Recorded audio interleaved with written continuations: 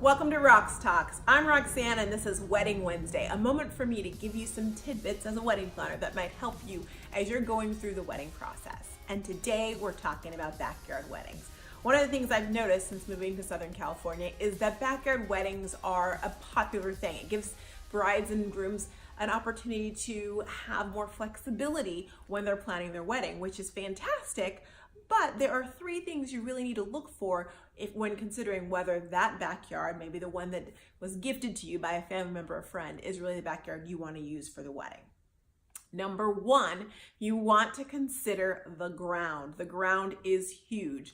Although the ground might look like it's nice and spacious, take a time, you might even actually get down on the ground and look eye level and determine if that ground is level. If it's at an angle or if it divots or rolls, that may not be the ideal space, and here's why.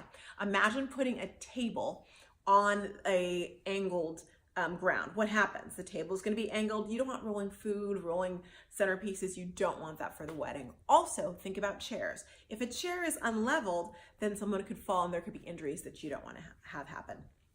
Number two, you want to consider the large, more obvious hazards that might be something you need to think about. For example, if there's holes that you have for some reason in the backyard, or here's a big one, the pool, the most common hazard. If there's a pool in your backyard, you might want to decide and determine whether that's the best thing. You might decide or consider options like, for example, covering the pool either with plexi that's clear or with a carpeted covering, and you want to price that ahead of time to see if it's really worth it for you to do that. Now, the benefit of that, of course, is it can become the dance floor and places where you can put more tables and chairs. So it's just a matter of deciding if that's what you want to do.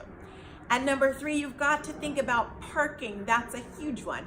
Most neighborhoods weren't actually set up to have 150, 200, 300 people come to a wedding. So consider that, see what the restrictions may or may not be in the neighborhood. Also consider valet, and of course there's always Lyft or Uber.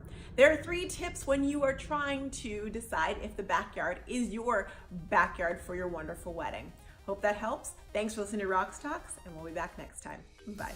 If there's something you would like to hear on RoxTalks, if you have a question that you would love a wedding planner to answer for you, please don't hesitate to email me at roxanne@roxannewilson.com, and I will feature it on the next RoxTalks. Take care.